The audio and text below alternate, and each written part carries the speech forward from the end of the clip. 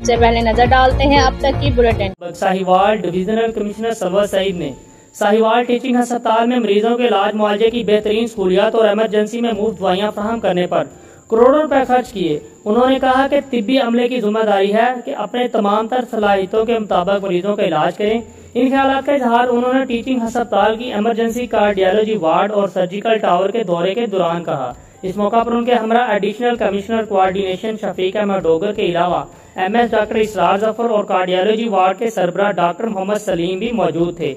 बाद उन्होंने इरादी सेंटर का दौरा भी किया और वहां पर साइलिन के मसाइल को सुनकर फौरी तौर पर हल करने की हदायत जारी की। दो बैग्स के साथ अब मिले पीक प्रिंस केक अप भी। Noodles and peak Prince cake up बोरियत भगाए, गुडनेस बढ़ाए।